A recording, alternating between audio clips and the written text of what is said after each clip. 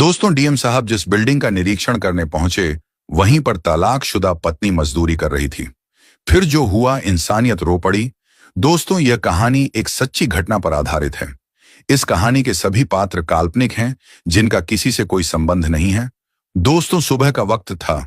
सूरज पूरी तरह निकला नहीं था, लेकिन सरकारी निर्माणाधीन इमारत पर काम शुरू हो चुका था। चारों तरफ हथौड़ों की आवाज, सीमेंट की गंध, मजदूरों की थकी हुई सांसें और ठेकेदार की तेज आवाज माहौल को भारी बना रही थी। तभी अचानक दूर से एक चमचमाती सरकारी गाड़ी आकर रुकी। गाड़ी रुकते ही जैसे पूरे परिसर की धड़कन थम सी गई। किसी ने कहा, डीएम साहब आ गए। जैसे ही गाड़ी का दरवाजा खुला और बाहर उतरे दीपक वर्मा, जिले के सबसे सख्त, सबसे अनुशासित और सबसे चर्चित जिलाधिकारी। सफेद शर्ट, नीली पेंट, हाथ में फाइल, चेहरे पर अजीब सी गंभीरता। वो धीरे धीरे इमारत का निरीक्षण कर रहे थे। कहीं घटिया काम दिखता तो रुकते और सवाल पूछते। तभी उनकी नजर सामने ईंटें ढोती हुई एक महिला पर पड़ी, जिसके सिर पर ईंट का तसला, चेहरे पर पसीने की धार, टूटी हुई चप्पल और आंखों में अजीब सी खामोशी। वो महिला बार बार झुककर ईंटें उठाती और ऊपर की मंजिल तक ले जाती। अचानक उसका पैर फिसला, ईंटें जमीन पर गिर पड़ी, तेज आवाज हुई, सबकी नजरें उधर गईं। दीपक वर्मा अनजाने में 2 कदम आगे बढ़े और सख्त आवाज में बोले, ध्यान से काम करो, ये कोई खेल नहीं है। महिला ने डरते हुए सिर उठाया और उसी एक पल में जैसे वक्त रुक गया हो, भारी हो, डीएम साहब के हाथों से फाइल गिरते गिरते बची। उनकी आंखें फटी की फटी रह गईं, क्योंकि सामने जो चेहरा था वो किसी मजदूर का नहीं, बल्कि उस औरत का था जिसे कभी उन्होंने अपनी दुनिया समझा था। वह महिला कोई और नहीं, बल्कि उनकी तलाकशुदा पत्नी कविता वर्मा थी, जिसके साथ उन्होंने 7 फेरे लिए थे। दोनों की आंखें मिलीं, लेकिन कोई कुछ बोल नहीं पाया। आसपास मजदूर काम करते रहे, आवाजें आती रहीं, लेकिन उन दोनों के लिए दुनिया खामोश हो चुकी थी। सवालों का सैलाब दीपक के दिमाग में उमड़ने लगा था कि यह यहां कैसे और यह मजदूरी क्यों कर रही है, किस हालात ने इसे यहां तक पहुंचाया। और उधर कविता के मन में सिर्फ एक ही सवाल गूंज रहा था कि क्या किस्मत भी कभी किसी से बदला लेती है। इसी सवाल के साथ कहानी पीछे मुड़ती है, बहुत पीछे। उस वक्त में जब कविता सिर्फ एक साधारण गांव की लड़की थी, जहां कच्ची गलियां और मिट्टी के घर थे। कविता के पिता किसान थे, मां गृहिणी। कविता बचपन से पढ़ने में तेज थी। गांव की बाकी लड़कियां जहां जल्दी शादी के सपने देखती थीं, वहीं कविता किताबों में अपनी दुनिया ढूंढती थी। वह मानती थी कि पढ़ाई ही उसे उस जिंदगी से बाहर निकाल सकती है जहां औरत की पहचान सिर्फ घर तक सीमित होती है। दूसरी तरफ उसी जिले के एक कस्बे में रहता था दीपक वर्मा, जो अनुशासन में सख्त था। पिता पुलिस में थे। बचपन से सिखाया गया था कि भावनाएं कमजोरी होती हैं और सफलता ही असली रिश्ता होती है। दीपक पढ़ाई में तेज था। उसका लक्ष्य था अफसर बनना, नाम कमाना, समाज में ऊंचा उठना। किस्मत ने दोनों को जिला मुख्यालय के एक ही कॉलेज में ला खड़ा किया। कविता गांव से आई हुई और दीपक वर्मा शहर से आया, आत्मविश्वास से भरा हुआ था। कॉलेज में पहली बार दोनों की नजरें टकराई। पहले बहस हुई, फिर बातचीत, फिर दोस्ती, और फिर कब दोस्ती प्यार में बदल गई, किसी को पता ही नहीं चला। दोनों को लगा था कि प्यार हर मुश्किल पार कर लेगा, लेकिन उन्हें क्या पता था कि यही प्यार एक दिन उन्हें इस अधूरी इमारत में एक डीएम और एक मजदूर के रूप में आमने सामने खड़ा कर देगा। कॉलेज की वही पुरानी इमारत जहां दीवारों पर पोस्टर लगे रहते थे। वहीं से कविता और दीपक की कहानी ने धीरे धीरे रफ्तार पकड़ी। शुरुआत साधारण थी। उन दोनों की छोटी छोटी मुलाकातों में जो अपनापन पनप रहा था, वह दोनों को खुद भी समझ नहीं आ रहा था।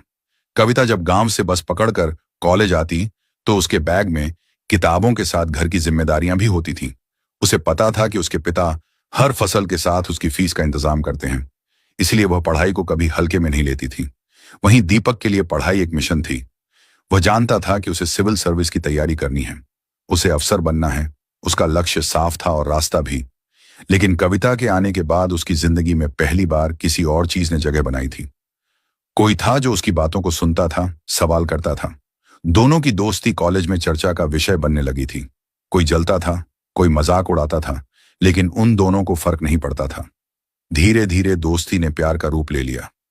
वह प्यार जो छुप छुप कर नहीं, बल्कि खुले दिल से किया गया था। कविता ने कभी दीपक से कुछ नहीं मांगा। उसने बस इतना कहा था, अगर साथ निभा सकते हो तो ही रिश्ता जोड़ना। और दीपक ने पूरे भरोसे के साथ उसका हाथ थाम लिया था। कॉलेज खत्म हुआ। दीपक ने इलाहाबाद जाकर सिविल सर्विस की तैयारी शुरू कर दी। कविता गांव लौट आई।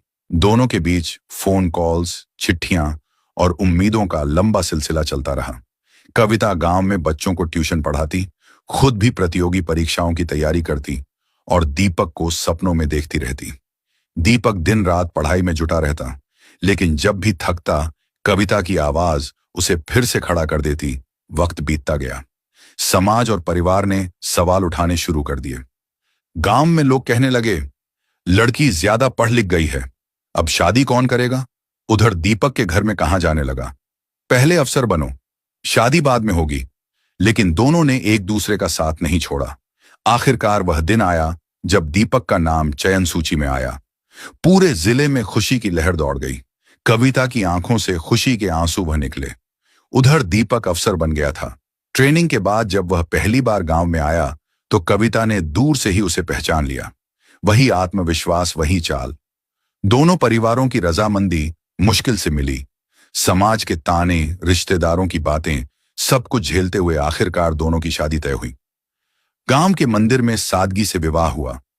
कविता की आंखों में सपने थे और दिल में भरोसा। दीपक ने भी वादा किया था कि वह उसे कभी पीछे नहीं छोड़ेगा। शादी के बाद कविता शहर आ गई। सरकारी बंगले में नई जिंदगी शुरू हुई। शुरुआत में सब कुछ अच्छा था। लोग सम्मान देते थे। कविता को डीएम साहब की पत्नी कहा जाने लगा।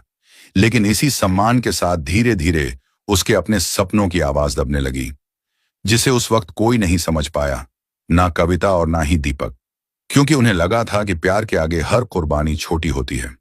शादी के शुरुआती महीने किसी सपने जैसे थे। सरकारी बंगले की बड़ी दीवारों के अंदर कविता ने खुद को ढालने की कोशिश की।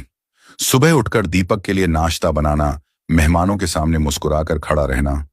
हर कोई उसे भाग्यशाली मानता था कि उसे इतना बड़ा अवसर पति के रूप में मिला है।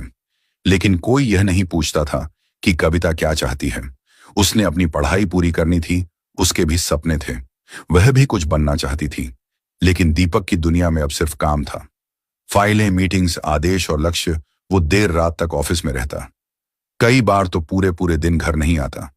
कविता शुरू में सब समझती रही। उसे लगता था कि यह वक्त की मजबूरी है, लेकिन धीरे धीरे यह मजबूरी आदत बन गई। बातचीत कम होने लगी।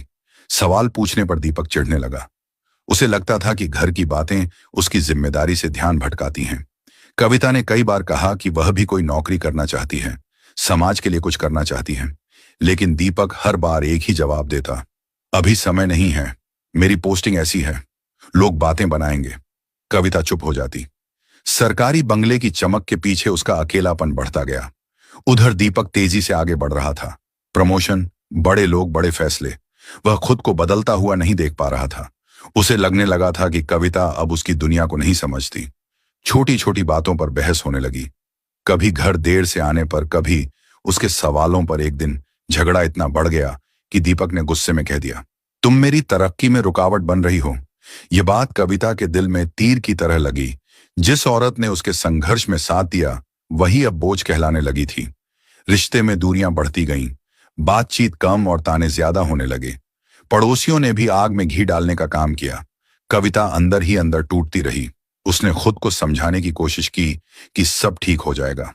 लेकिन एक दिन दीपक ने साफ कह दिया कि उसे यह रिश्ता घुटन देने लगा है। वही दिन था जब प्यार के नाम पर जुड़ा रिश्ता अदालत की तारीखों में बदलने लगा और तलाक हो गया। कागजों पर 2 हस्ताक्षर हुए और 7 फेरों का रिश्ता खत्म कर दिया गया। कविता खाली हाथ सरकारी बंगले से निकल गई, जबकि दूसरी तरफ दीपक ने खुद को काम में और ज्यादा झोंक दिया।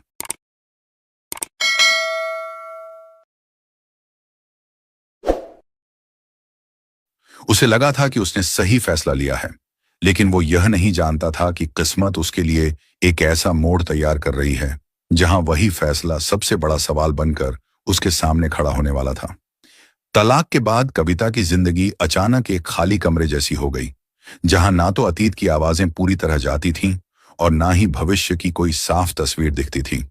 वो कुछ दिनों तक अपने मायके में रही, लेकिन वहां भी सुकून नहीं मिला। गांव वालों की नजरें बदल चुकी थीं। कोई सहानुभूति दिखाता तो कोई ताना मारता। कोई कहता, अफसर की बीवी होकर भी संभाल कर रह नहीं पाई। कोई कहता औरत की जिद ही घर तोड़ देती है। कविता हर बात सुनती रही कि समाज से लड़ने से पहले उसे अपनी जिंदगी फिर से खड़ी करनी होगी।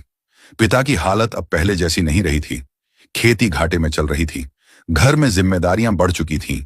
कविता ने फैसला किया कि वह बोझ नहीं बनेगी और वह शहर लौटी छोटे छोटे काम ढूंढे।